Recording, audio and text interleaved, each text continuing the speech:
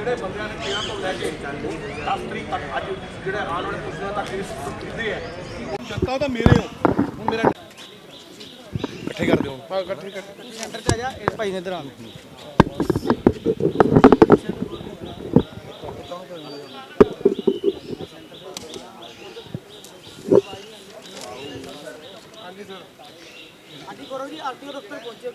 दोस्तों आरटीओ दफ्तर पहुंचे जरूर हाँ इत्थों के हालात दिखाने लिए वो हालात जिन्होंने लोगों के सरों तो पानी लंघाता वो हालात जिन्होंने बेड़ा गर्क कर दिता लुधियाने शहर के लोगों का वो हालात लोगों दी पैरों च पाइया पैरागॉन दी चप्पलां पैरों च ही लवा दित्तियां लोगों के पैर घिस गए पैरों के छाले पै गए लेकिन इन्हां दा ना दिल ना जज्बा ते ना इन्हां दा काम करन नूं कुछ होर चीज़ इन्हां दी हले भी लागू ये तैयार हैगे है। तुसीं मेरे नाल अंदर जाके देखिया होना कि अंदर जे 5 तो 6 कमरे है चाहे आरटीओ मैडम का कमरा आवे चाहे 4 कमरे होर है सब बंद है। कहने वाले कहते कि आरटीओ मैडम एक हफ्ते छुट्टी ते है बाकी जिम्मेदार अधिकारी और जो ड्राइविंग लाइसेंस ट्रैक वाला जो जगह हैगी है उत्थे नीलम मैडम जोड़े है उन्होंने दो सीटां दित्तियां गई हैं वो लाइसेंस उत्थे बैठ के वो क्लर्क एज उत्थे ट्रैक भी सामभदे है तो इत्थे कहते उत्थे बैठे बैठे ही वो लाइसेंस का काम भी करा देंगे। 10-10 साल हो गए थे 2-3 क्लर्कों को तो 10-10 साल हो गए जिन्हों की तबादला ही नहीं होंदा। वो लोगों का कहना वा इत्थों के बंदियां का कहना वा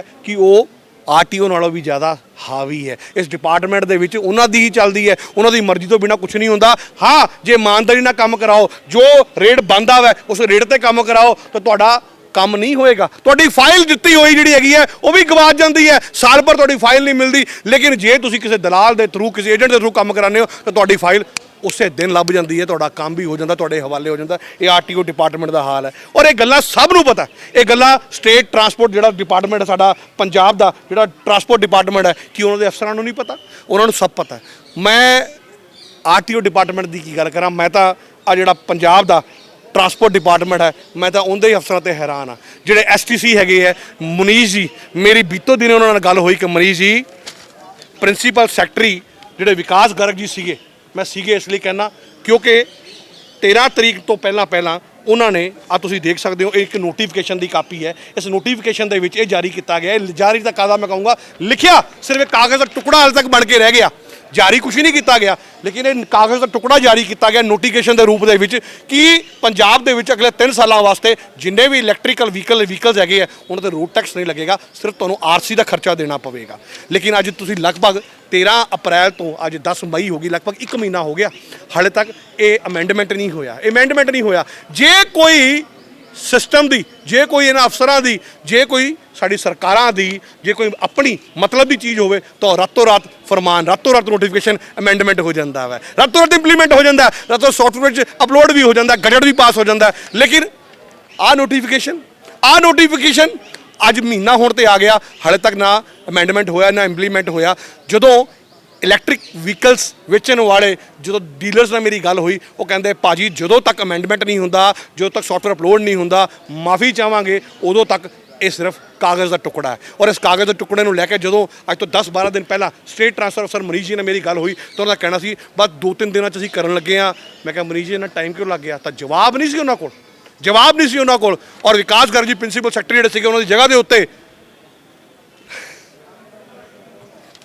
आ तुसीं देख सकते हो कि उन्होंने जगह के उत्ते अफसर जोड़े है संघोवालिया जी दिलराज संघोवालिया जी आ चुके हुए हैं लेकिन कहा जाता है कि उन्होंने वो भी हले उन्होंने चार्ज नहीं सांभिया वो हले ड्यूटी पर नहीं पहुँचे लेकिन हालात बद तो बदतर है। और नोटिफिकेशन जे जारी हो जाता तो लोगों ना करते 2 व्हीलर के उत्ते ही 15-17-20 हज़ार रुपये तक फायदा पंजाब के लोगों हो सकता सीगा। मैं हैरान होना और एक चीज़ तुहाडे निगाह 'च होर लैके आना चाहना वा कि ये नोटिफिकेशन तो जारी कर दो होर कुछ ना करो तुसी होर कुछ नहीं करना ना करो लेकिन एक चीज़ तुहाडे सामने दिखाना चाहना वा ये स्कूटर जिहड़ा मैं लैके आया मैं पिछे वजह वा मैं एक एग्जाम्पल के तौर पर उदाहरण के तौर पर एक इलैक्ट्रिक व्हीकल है TVS का iQ मैं उनके बारे जो सारी रिसर्च की और रिसर्च करने तो बाद तुहाडे सामने डाटा लैके आ रहा दिल्ली के विच TVS स्कूटर जिहड़ा इलैक्ट्रिक स्कूटर जिहड़ा हैगा वा iQ वो हैगा वा 1,30,600 रुपये ऑन रोड और उत्थों दी दिल्ली की जी स्टेट सरकार है वो दे रही है 17,000 रुपये सबसिडी और ये स्कूटर पै जाता कोई ग्राहक नूं कोई 1,13,000 रुपये का। चंडीगढ़ एक यूनियन टैरेटरी है साहब चंडीगढ़ एक यूनियन टैरेटरी है चंडीगढ़ का प्रशासन भी 1,28,500 रुपया ऑन रोड यही स्कूटर ਇਹੀ TVS ਦਾ ਸਕੂਟਰ ਜਿਹੜਾ ਹੈਗਾ ਔਨ ਰੋਡ 1,28,500 ਦਾ ਵਿਕਦਾ ਪਿਆ ਵਾ ਔਰ ਸਬਸਿਡੀ ਚੰਡੀਗੜ੍ਹ ਪ੍ਰਸ਼ਾਸਨ ਜਿਹੜਾ ਹੈਗਾ ਉਹ 25,500 ਰੁਪਏ ਦਿੰਦਾ ਪਿਆ ਵਾ। ਉਹਦੇ ਤੁਸੀਂ ਹਿਸਾਬ ਲਗਾ ਲਓ ਕਿ 1,03,000 ਰੁਪਏ ਦਾ, ਮਾਤਰ 1,03,000 ਰੁਪਏ ਦਾ ਸਿਰਫ ਇਹ ਸਕੂਟਰ ਪੈਂਦਾ ਪਿਆ ਵਾ। ਔਰ ਪੰਜਾਬ ਦੇ ਵਿੱਚ ਇਹੀ ਸਕੂਟਰ 1,41,696 ਰੁਪਏ ਦਾ। ਦੇਖੋ ਦਿੱਲੀ ਦੇ ਵਿੱਚ 1,13,000 ਰੁਪਏ ਦਾ ਵਿੱਚ ਹੀ charger, handling charger, RC insurance. ਔਰ ਚੰਡੀਗੜ੍ਹ ਦੇ ਵਿੱਚ 1,03,000 ਰੁਪਏ ਦਾ ਵਿੱਚ insurance, RC, handling charger. Punjab ਦੇ ਵਿੱਚ 1,41,000 ਰੁਪਏ ਦਾ ਸਕੂਟਰ ਇਹ ਮਿਲਦਾ ਪਿਆ, ਕਿਉਂਕਿ ਚੰਡੀਗੜ੍ਹ 1 ਮਹੀਨੇ ਦੇ ਵਿੱਚ ਸਬਸਿਡੀ ਤੁਹਾਨੂੰ ਦੇ ਰਹੀ ਹੈ। ਦਿੱਲੀ ਸਰਕਾਰ ਜਿਹੜੀ ਹੈਗੀ ਹੈ ਸਟੇਟ ਦੀ, ਉਹ ਤੁਹਾਨੂੰ 3 ਮਹੀਨੇ ਦੀ ਸਬਸਿਡੀ ਦੇ ਰਹੀ ਹੈ। ਲੇਕਿਨ ਪੰਜਾਬ ਦੇ ਵਿੱਚ 1,41,696 ਰੁਪਏ ਦਾ ਇਹ ਸਿਰਫ ਉਦਾਹਰਨ ਹੈ ਇੱਕ ਸਕੂਟਰ ਦੀ। ਇਹ ਸਿਰਫ ਉਦਾਹਰਨ ਹੈ ਇੱਕ ਸਕੂਟਰ ਦੀ। ਸੋਚ ਕੇ ਦੇਖੋ ਬਾਕੀ ਇਲੈਕਟ੍ਰੀਕਲ ਵਹੀਕਲਸ ਦੀ, ਕਿ ਜੇ ਦਿੱਲੀ ਜਾਂ ਚੰਡੀਗੜ੍ਹ ਆਪਣੇ ਸਟੇਟਾਂ ਬਾਰੇ ਸੋਚ ਸਕਦੀ ਹੈ ਕਿ ਉਹ ਪੋਲਿਊਸ਼ਨ ਮੁਕਤ ਹੋਵੇ, ਪੈਟਰੋਲ ਦੀ ਵਰਤੋਂ ਘੱਟ ਹੋਵੇ, ਡੀਜ਼ਲ ਦੀ ਵਰਤੋਂ ਘੱਟ ਹੋਵੇ, ਤਾਂ ਪੰਜਾਬ ਦੇ ਵਿੱਚ ਇਹ ਚੀਜ਼ਾਂ ਕਿਉਂ ਨਹੀਂ ਸੋਚੀਆਂ ਜਾ ਸਕਦੀਆਂ?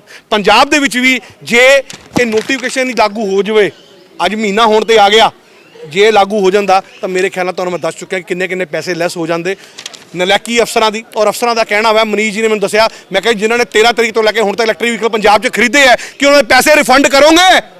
ਤਾਂ ਉਹਨਾਂ ਨੇ ਕਹਿਣਾ ਸੀ ਹਾਂ ਅਸੀਂ ਐਡਰੈਸ ਲੈ ਕੇ ਡੀਲਰਾਂ ਤੋਂ ਉਹਨਾਂ ਦੇ ਅਕਾਊਂਟ 'ਚ ਪਾ ਦਿਆਂਗੇ। ਲੇਕਿਨ ਡੀਲਰਾਂ ਦਾ ਸਾਫ਼ ਕਹਿਣਾ ਕਿ ਸਰ ਅਸੀਂ 1 ਰੁਪਈਆ ਬਿਲਕੁਲ ਨਹੀਂ ਦੇਵਾਂਗੇ, ਕਿਉਂਕਿ ਜਿੰਨੇ ਕਿਹਾ ਵਾ ਉਹ ਜਾਣੇ, ਅਸੀਂ ਨਹੀਂ। ਸਾਡੇ ਜਦੋਂ ਅਮੈਂਡਮੈਂਟ ਹੋਏਗਾ, ਸੌਫਟਵੇਅਰ ਅਪਲੋਡ ਹੋਏਗਾ, ਜਿਸ ਦਿਨ RC ਪੰਚ ਹੋਏਗੀ, ਅਸੀਂ ਉਸ ਦਿਨ ਤੋਂ ਉਸ ਨੋਟੀਫਿਕੇਸ਼ਨ ਨੂੰ ਮੰਨਾਂਗੇ। ਲੇਕਿਨ 1 ਮਹੀਨਾ ਕਾਗਜ਼ ਜਾਰੀ ਹੋਣ ਦੇ ਬਾਵਜੂਦ ਅਫਸਰਸ਼ਾਹੀ ਦੀ ਨਲਾਇਕੀ ਕਰਕੇ ਲੋਕਾਂ ਦਾ ਜਿਹੜਾ ਘਾਟਾ ਹੋਇਆ ਉਹ ਕੌਣ ਪੂਰਾ ਕਰੇਗਾ? ਔਰ RTO ਡਿਪਾਰਟਮੈਂਟ, ਉਹ ਸਟੇਟ ਟਰਾਂਸਪੋਰਟ ਡਿਪਾਰਟਮੈਂਟ ਕਦੋਂ ਕੰਮ ਕਰੇਗਾ? ਮੈਂ ਫਿਰ ਇੱਕ ਵਾਰੀ ਆਪਣੇ ਆਦਰਨੀ ਰਿਸਪੈਕਟਡ CM ਭਗਵੰਤ ਮਾਨ ਸਾਹਿਬ ਨੂੰ ਬੇਨਤੀ ਕਰਨਾ ਚਾਹਾਂਗਾ ਕਿ ਮਾਨ ਸਾਹਿਬ ਇਸ ਡਿਪਾਰਟਮੈਂਟ ਵੱਲ, ਇਸ ਟਰਾਂਸਪੋਰਟ ਡਿਪਾਰਟਮੈਂਟ ਵੱਲ ਧਿਆਨ ਦੇਣ ਦੀ ਜ਼ਰੂਰਤ ਹੈ।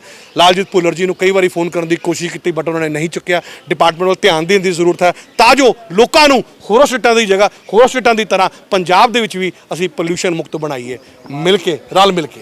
ਕੁਮਾਰ ਜੀ ਕਿਤੇ ਨਾ ਕਿਤੇ ਪਿੱਛੇ ਗੁਰਪ੍ਰੀਤ ਗੋਗੀ ਜੋ MLA ਹੈ ਇਸ ਏਰੀਏ 'ਚੋਂ, ਉਹਨਾਂ ਨੇ RTO ਦੇ ਖਿਲਾਫ ਇੱਕ ਆਵਾਜ਼ ਚੁੱਕੀ ਸੀਗੀ ਤੇ ਜਿਹੜੇ ਇੱਥੇ ਦਫ਼ਤਰ ਦੇ ਮੁਲਾਜ਼ਮ ਸੀ ਉਹਨਾਂ ਵੀ ਸਟ੍ਰਾਈਕ ਤੇ ਚਲੇ ਗਏ ਸੀਗੇ, ਕਹਿੰਦੇ ਸਾਡੇ ਭ੍ਰਸ਼ਟਾਚਾਰ ਨਹੀਂ ਚੱਲਦਾ। ਤੁਸੀਂ ਆਪ ਹੀ ਕਿਹਾ ਗੁਰਪ੍ਰੀਤ ਗੋਗੀ ਜੀ ਨੇ ਆਵਾਜ਼ ਚੱਕੀ ਸੀ, ਇਹਨਾਂ ਨੇ ਆਪ ਹੀ ਕਿਹਾ ਵਾ। ਗੁਰਪ੍ਰੀਤ ਗੋਗੀ ਜੀ MLA ਹੈ। ਹੁਣ ਜਦ ਇੱਕ MLA ਦੀ ਇੱਕ ਅਧਿਕਾਰੀ ਨਹੀਂ ਸੁਣਦੇ ਪਏ ਤਾਂ ਜਨਤਾ ਦੀ ਕਿੱਥੋਂ ਸੁਣ ਲੈਣਗੇ? ਇੱਥੋਂ ਹੀ ਸਮਝ ਆਉਂਦਾ ਪਿਆ ਕਿ ਅਫਸਰਸ਼ਾਹੀ ਪ੍ਰਸ਼ਾਸਨ ਦੇ ਸਿਸਟਮ ਦੇ ਹੱਥੋਂ ਬਾਹਰ ਹੈ ਦੋਸਤ। ਕਿਤੇ ਨਾ ਕਿਤੇ ਉਸ ਤੋਂ ਬਾਅਦ ਇੱਕ PCS ਅਧਿਕਾਰੀ ਇੱਥੇ ਦਾ ਹੀ ਹੈ, RTO ਦਫ਼ਤਰ ਦਾ ਹੀ, ਉਹ 4 ਲੱਖ ਦੀ ਰਿਸ਼ਵਤ ਦੇ ਨਾਲ ਵੀ ਫੜਿਆ ਗਿਆ ਸੀ। ਦੇਖੋ ਇਹ ਤਾਂ ਮੈਂ ਹੁਣ ਜਨਤਾ ਹੈ, ਸਭ ਜਾਣਦੀ ਹੈ ਹਾਲਾਤ ਕੀ ਹੈ ਇਸ ਡਿਪਾਰਟਮੈਂਟ ਦੇ। ਹਰ ਡਿਪਾਰਟਮੈਂਟ ਦਾ ਬੇੜਾ ਗਰਕ ਹੋਇਆ ਹੋਇਆ ਔਰ RT ਡਿਪਾਰਟਮੈਂਟ ਦਾ ਪੁੱਛੋ ਹੀ ਨਾ। 1 ਮਹੀਨੇ ਦੀ ਸਿਰਫ 4 ਲੱਖ ਰੁਪਏ, ਕਹਿੰਦੇ ਸਿਰਫ 4 ਲੱਖ ਰੁਪਏ ਸੀਗਾ। ਇਹ ਤਾਂ ਬਹੁਤ ਥੋੜਾ ਹੈ ਦੋਸਤ, ਇੱਥੇ ਤਾਂ 40 ਵਾਲੇ ਵੀ ਬੈਠੇ। Thank you. ਇਕੱਠੇ ਕਰ ਦਿਓ। ਹਾਂ ਇਕੱਠੇ ਕਰ। ਸੈਂਟਰ 'ਚ ਆ ਜਾ, ਇਸ ਭਾਈ ਨੇ ਇਧਰ ਆ।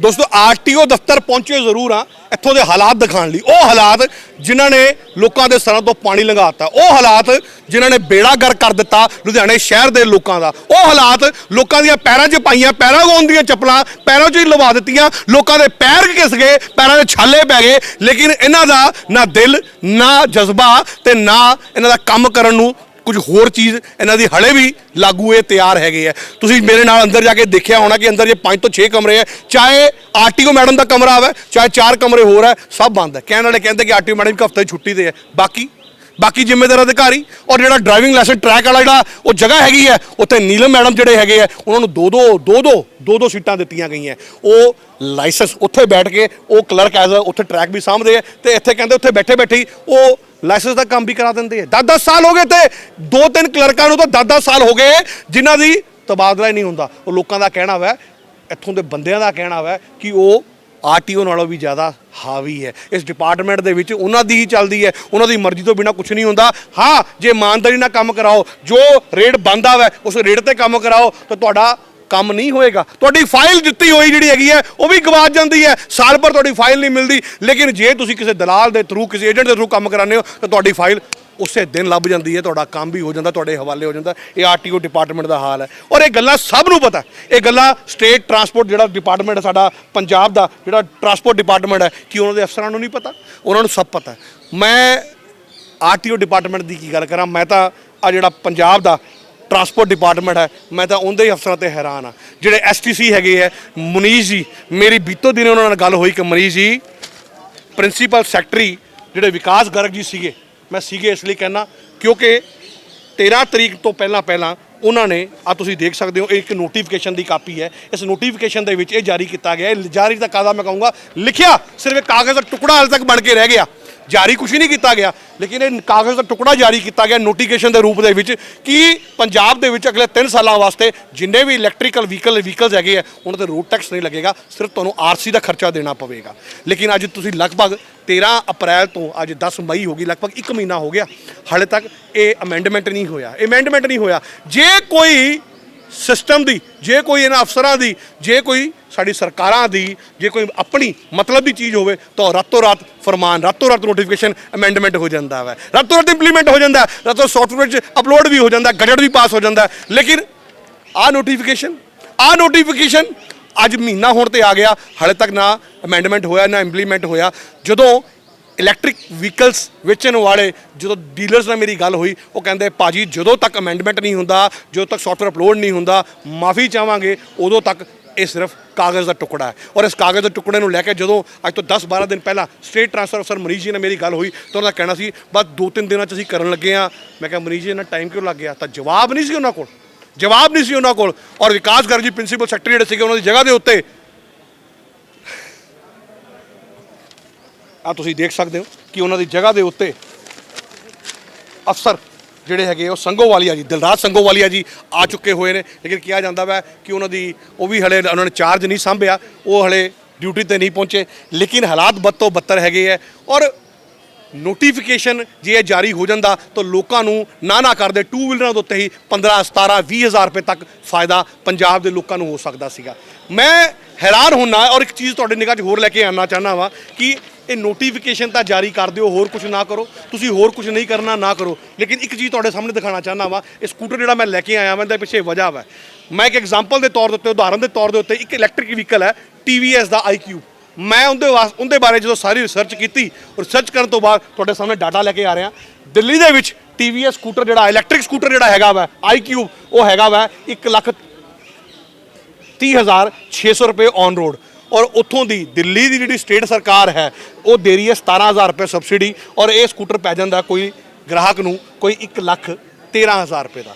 ਚੰਡੀਗੜ੍ਹ ਇੱਕ ਯੂਨੀਅਨ ਟੈਰੀਟਰੀ ਹੈ ਸਾਹਿਬ, ਚੰਡੀਗੜ੍ਹ ਇੱਕ ਯੂਨੀਅਨ ਟੈਰੀਟਰੀ ਹੈ। ਚੰਡੀਗੜ੍ਹ ਦਾ ਪ੍ਰਸ਼ਾਸਨ ਵੀ 1,28,500 ਰੁਪਇਆ ਔਨ ਰੋਡ ਇਹੀ ਸਕੂਟਰ, ਇਹੀ TVS ਦਾ ਸਕੂਟਰ ਜਿਹੜਾ ਹੈਗਾ ਔਨ ਰੋਡ 1,28,500 ਦਾ ਵਿਕਦਾ ਪਿਆ ਵਾ। ਔਰ ਸਬਸਿਡੀ ਚੰਡੀਗੜ੍ਹ ਪ੍ਰਸ਼ਾਸਨ ਜਿਹੜਾ ਹੈਗਾ ਉਹ 25,500 ਰੁਪਇਆ ਦਿੰਦਾ ਪਿਆ ਵਾ। ਉਹਦੇ ਤੁਸੀਂ ਹਿਸਾਬ ਲਗਾ ਲਓ ਕਿ 1,03,000 ਰੁਪਏ ਦਾ, ਮਾਤਰ 1,03,000 ਰੁਪਏ ਦਾ ਸਿਰਫ ਇਹ ਸਕੂਟਰ ਪੈਂਦਾ ਪਿਆ ਵਾ। ਔਰ ਪੰਜਾਬ ਦੇ ਵਿੱਚ ਇਹੀ ਸਕੂਟਰ 1,41,696 ਰੁਪਏ ਦਾ। ਦੇਖੋ ਦਿੱਲੀ ਦੇ ਵਿੱਚ 1,13,000 ਰੁਪਏ ਦਾ ਵਿੱਚ ਹੀ charger, handling charger, RC insurance. ਔਰ ਚੰਡੀਗੜ੍ਹ ਦੇ ਵਿੱਚ 1,03,000 ਰੁਪਏ ਦਾ ਵਿੱਚ insurance, RC, handling charger. Punjab ਦੇ ਵਿੱਚ 1,41,000 ਰੁਪਏ ਦਾ ਸਕੂਟਰ ਇਹ ਮਿਲਦਾ ਪਿਆ ਕਿਉਂਕਿ ਚੰਡੀਗੜ੍ਹ 1 ਮਹੀਨੇ ਦੇ ਵਿੱਚ ਸਬਸਿਡੀ ਤੁਹਾਨੂੰ ਦੇ ਰਹੀ ਹੈ। ਦਿੱਲੀ ਸਰਕਾਰ ਜਿਹੜੀ ਹੈਗੀ ਹੈ ਸਟੇਟ ਦੀ, ਉਹ ਤੁਹਾਨੂੰ 3 ਮਹੀਨੇ ਦੀ ਸਬਸਿਡੀ ਦੇ ਰਹੀ ਹੈ। ਲੇਕਿਨ ਪੰਜਾਬ ਦੇ ਵਿੱਚ 1,41,696 ਰੁਪਏ ਦਾ। ਇਹ ਸਿਰਫ ਉਦਾਹਰਨ ਹੈ ਇੱਕ ਸਕੂਟਰ ਦੀ, ਸੋਚ ਕੇ ਦੇਖੋ ਬਾਕੀ ਇਲੈਕਟ੍ਰੀਕਲ ਵਹੀਕਲਸ ਦੀ ਕਿ ਜੇ ਦਿੱਲੀ ਜਾਂ ਚੰਡੀਗੜ੍ਹ ਆਪਣੇ ਸਟੇਟਾਂ ਬਾਰੇ ਸੋਚ ਸਕਦੀਆਂ ਕਿ ਉਹ ਪੋਲਿਊਸ਼ਨ ਮੁਕਤ ਹੋਵੇ, ਪੈਟਰੋਲ ਦੀ ਵਰਤੋਂ ਘੱਟ ਹੋਵੇ, ਡੀਜ਼ਲ ਦੀ ਵਰਤੋਂ ਘੱਟ ਹੋਵੇ, ਤਾਂ ਪੰਜਾਬ ਦੇ ਵਿੱਚ ਇਹ ਚੀਜ਼ਾਂ ਕਿਉਂ ਨਹੀਂ ਸੋਚੀਆਂ ਜਾ ਸਕਦੀਆਂ? ਪੰਜਾਬ ਦੇ ਵਿੱਚ ਵੀ ਜੇ ਇਹ ਨੋਟੀਫਿਕੇਸ਼ਨ ਹੀ ਲਾਗੂ ਹੋ ਜਾਵੇ, ਅੱਜ ਮਹੀਨਾ ਹੋਣ ਤੇ ਆ ਗਿਆ, ਜੇ ਲਾਗੂ ਹੋ ਜਾਂਦਾ ਤਾਂ ਮੇਰੇ ਖਿਆਲ ਨਾਲ ਤੁਹਾਨੂੰ ਮੈਂ ਦੱਸ ਚੁੱਕਿਆ ਕਿ ਕਿੰਨੇ ਪੈਸੇ ਲੈਸ ਹੋ ਜਾਂਦੇ ਨਲਾਇਕੀ ਅਫਸਰਾਂ ਦੀ। ਔਰ ਅਫਸਰਾਂ ਦਾ ਕਹਿਣਾ ਵਾ, ਮਨੀਸ਼ ਜੀ ਨੇ ਮੈਨੂੰ ਦੱਸਿਆ, ਮੈਂ ਕਿਹਾ ਜਿਨ੍ਹਾਂ ਨੇ 13 ਤਰੀਕ ਤੋਂ ਲੈ ਕੇ ਹੁਣ ਤੱਕ ਇਲੈਕਟ੍ਰਿਕ ਵਹੀਕਲ ਪੰਜਾਬ 'ਚ ਖਰੀਦੇ ਹੈ ਕਿ ਉਹਨਾਂ ਦੇ ਪੈਸੇ ਰਿਫੰਡ ਕਰੋਗੇ? ਤਾਂ ਉਹਨਾਂ ਦਾ ਕਹਿਣਾ ਸੀ ਹਾਂ ਅਸੀਂ ਐਡਰੈਸ ਲੈ ਕੇ ਡੀਲਰਾਂ ਤੋਂ ਉਹਨਾਂ ਦੇ ਅਕਾਊਂਟ 'ਚ ਪਾ ਦਿਆਂਗੇ। ਲੇਕਿਨ ਡੀਲਰਾਂ ਦਾ ਸਾਫ਼ ਕਹਿਣਾ ਕਿ ਸਰ ਅਸੀਂ 1 ਰੁਪਈਆ ਬਿਲਕੁਲ ਨਹੀਂ ਦੇਵਾਂਗੇ ਕਿਉਂਕਿ ਜਿੰਨੇ ਕਿਹਾ ਵਾ ਉਹ ਜਾਣੇ ਅਸੀਂ ਨਹੀਂ, ਸਾਡੇ ਜਦੋਂ ਅਮੈਂਡਮੈਂਟ ਹੋਏਗਾ, ਸੌਫਟਵੇਅਰ ਅਪਲੋਡ ਹੋਏਗਾ, ਜਿਸ ਦਿਨ ਆਰਸੀ ਪੰਚ ਹੋਏਗੀ, ਅਸੀਂ ਉਸ ਦਿਨ ਤੋਂ ਉਸ ਨੋਟੀਫਿਕੇਸ਼ਨ ਨੂੰ ਮੰਨਾਂਗੇ। ਲੇਕਿਨ 1 ਮਹੀਨਾ ਕਾਗਜ਼ ਜਾਰੀ ਹੋਣ ਦੇ ਬਾਵਜੂਦ ਅਫਸਰਸ਼ਾਹੀ ਦੀ ਨਲਾਇਕੀ ਕਰਕੇ ਲੋਕਾਂ ਦਾ ਜਿਹੜਾ ਘਾਟਾ ਹੋਇਆ ਉਹ ਕੌਣ ਪੂਰਾ ਕਰੇਗਾ, ਔਰ ਆਰਟੀਓ ਡਿਪਾਰਟਮੈਂਟ, ਉਹ ਸਟੇਟ ਟਰਾਂਸਪੋਰਟ ਡਿਪਾਰਟਮੈਂਟ ਕਦੋਂ ਕੰਮ ਕਰੇਗਾ। ਮੈਂ ਫਿਰ ਇੱਕ ਵਾਰੀ ਆਪਣੇ ਆਦਰਨੀ ਰਿਸਪੈਕਟਡ ਸੀਐਮ ਭਗਵੰਤ ਮਾਨ ਸਾਹਿਬ ਨੂੰ ਬੇਨਤੀ ਕਰਨਾ ਚਾਹਾਂਗਾ ਕਿ ਮਾਨ ਸਾਹਿਬ ਇਸ ਡਿਪਾਰਟਮੈਂਟ ਵੱਲ, ਇਸ ਟਰਾਂਸਪੋਰਟ ਡਿਪਾਰਟਮੈਂਟ ਵੱਲ ਧਿਆਨ ਦੇਣ ਦੀ ਜ਼ਰੂਰਤ ਹੈ। ਲਾਲਜੀਤ ਭੁੱਲਰ ਜੀ ਨੂੰ ਕਈ ਵਾਰੀ ਫੋਨ ਕਰਨ ਦੀ ਕੋਸ਼ਿਸ਼ ਕੀਤੀ ਬਟ ਉਹਨਾਂ ਨੇ ਨਹੀਂ ਚੁੱਕਿਆ। ਡਿਪਾਰਟਮੈਂਟ ਵੱਲ ਧਿਆਨ ਦੇਣ ਦੀ ਜ਼ਰੂਰਤ ਹੈ ਤਾਂ ਜੋ ਲੋਕਾਂ ਨੂੰ ਹੋਰਾਂ ਸਟੇਟਾਂ ਦੀ ਜਗ੍ਹਾ, ਹੋਰਾਂ ਸਟੇਟਾਂ ਦੀ ਤਰ੍ਹਾਂ ਪੰਜਾਬ ਦੇ ਵਿੱਚ ਵੀ ਅਸੀਂ ਪੋਲਿਊਸ਼ਨ ਮੁਕਤ ਬਣਾਈਏ, ਮਿਲ ਕੇ, ਰਲ ਮਿਲ ਕੇ। ਕੁਮਾਰ ਜੀ ਕਿਤੇ ਨਾ ਕਿਤੇ ਪਿੱਛੇ ਗੁਰਪ੍ਰੀਤ ਗੋਗੀ ਜੋ ਐਮਐਲਏ ਹੈ ਇਸ ਏਰੀਏ 'ਚੋਂ, ਉਹਨਾਂ ਨੇ ਆਰਟੀਓ ਦੇ ਖਿਲਾਫ ਇੱਕ ਆਵਾਜ਼ ਚੁੱਕੀ ਸੀਗੀ ਤੇ ਜਿਹੜੇ ਇੱਥੇ ਦਫ਼ਤਰ ਦੇ ਮੁਲਾਜ਼ਮ ਸੀ ਉਹ ਵੀ ਸਟ੍ਰਾਈਕ ਤੇ ਚਲੇ ਗਏ ਸੀਗੇ। ਕਹਿੰਦੇ ਸਾਡੇ ਭ੍ਰਸ਼ਟਾਚਾਰ ਨਹੀਂ ਚੱਲਦਾ। ਤੁਸੀਂ ਆਪ ਹੀ ਕਿਹਾ ਗੁਰਪ੍ਰੀਤ ਗੋਗੀ ਜੀ ਨੇ ਆਵਾਜ਼ ਚੱਕੀ ਸੀ, ਇਹਨਾਂ ਨੇ ਆਪ ਹੀ ਕਿਹਾ ਵਾ ਗੁਰਪ੍ਰੀਤ ਗੋਗੀ ਜੀ ਐਮਐਲਏ ਹੈ। ਹੁਣ ਜਦ ਇੱਕ ਐਮਐਲਏ ਦੀ ਇੱਕ ਅਧਿਕਾਰੀ ਨਹੀਂ ਸੁਣਦੇ ਪਏ ਤਾਂ ਜਨਤਾ ਦੀ ਕਿੱਥੋਂ ਸੁਣ ਲੈਣਗੇ। ਇੱਥੋਂ ਹੀ ਸਮਝ ਆਉਂਦਾ ਪਿਆ ਕਿ ਅਫਸਰਸ਼ਾਹੀ ਪ੍ਰਸ਼ਾਸਨ ਦੇ ਸਿਸਟਮ ਦੇ ਹੱਥੋਂ ਬਾਹਰ ਹੈ ਦੋਸਤ। ਕਿਤੇ ਨਾ ਕਿਤੇ ਉਸ ਤੋਂ ਬਾਅਦ ਇੱਕ ਪੀਸੀਐਸ ਅਧਿਕਾਰੀ ਇੱਥੇ ਦਾ ਹੀ ਹੈ ਆਰਟੀਓ ਦਫ਼ਤਰ ਦਾ ਹੀ, ਉਹ 4 ਲੱਖ ਦੀ ਰਿਸ਼ਵਤ ਦੇ ਨਾਲ ਵੀ ਫੜਿਆ ਗਿਆ ਸੀ। ਦੇਖੋ ਇਹ ਤਾਂ ਮੈਂ ਹੁਣ ਜਨਤਾ ਹੈ, ਸਭ ਜਾਣਦੀ ਹੈ ਹਾਲਾਤ ਕੀ ਹੈ ਇਸ ਡਿਪਾਰਟਮੈਂਟ ਦੇ। ਹਰ ਡਿਪਾਰਟਮੈਂਟ ਦਾ ਬੇੜਾ ਗਰਕ ਹੋਇਆ ਔਰ ਆਰਟੀ ਡਿਪਾਰਟਮੈਂਟ ਦਾ ਪੁੱਛੋ ਹੀ ਨਾ। 1 ਮਹੀਨੇ ਦੀ ਸਿਰਫ 4 ਲੱਖ ਰੁਪਏ, ਕਹਿੰਦੇ ਸਿਰਫ 4 ਲੱਖ ਰੁਪਏ ਸੀਗਾ। ਇਹ ਤਾਂ ਬਹੁਤ ਥੋੜਾ ਹੈ ਦੋਸਤ, ਇੱਥੇ ਤਾਂ 40 ਵਾਲੇ ਵੀ ਬੈਠੇ।